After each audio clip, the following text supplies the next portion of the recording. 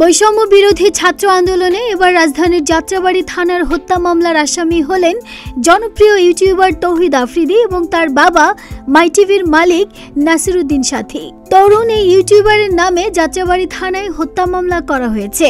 এই হত্যা মামলায় 11 নম্বর আসামি হিসেবে অভিযুক্ত তিনি। যাত্রাবাড়ী থানার ভারপ্রাপ্ত কর্মকর্তা মোহাম্মদ মাইনুল ইসলাম এ তথ্য নিশ্চিত করেছেন। বাদী মোহাম্মদ জয়নাল আবেদিনের করা হত্যার অভিযোগে এই মামলায় প্রধান আসামি করা হয়েছে সাবেক প্রধানমন্ত্রী শেখ হাসিনাকে।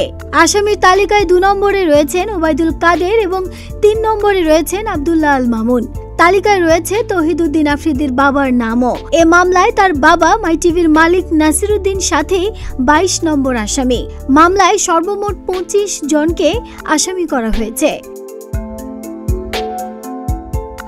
দক্ষিণ এশিয়ার সেরা 30 তরুণ প্রতিভাবানদের তালিকায় নাম রয়েছে জনপ্রিয় ইউটিউবার তৌহিদ আফ্রিদি। তিনি তার ইউটিউব চ্যানেলটি চালু করেন 2015 সালের 3রা ফেব্রুয়ারি। বাংলাদেশে যে কজন সেরা ইউটিউবার রয়েছে বলা হয়ে থাকে তৌহিদ আফ্রিদি তাদের মধ্যে অন্যতম।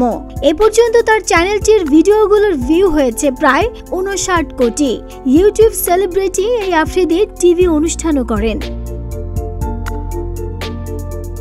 কন্টেন্ট ক্রিয়েটিং, মিউজিক ভিডিও এসব ছাড়াও বিভিন্ন সময়ে সামাজিক ও সেবামূলক কাজে দেখা গেছে তৌহিদ আফ্রিদিকে।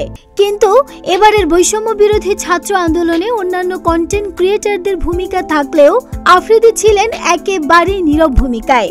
সাধারণ শিক্ষার্থীদের পক্ষে একটি কথাও বলতে দেখা যায়নি তাকে।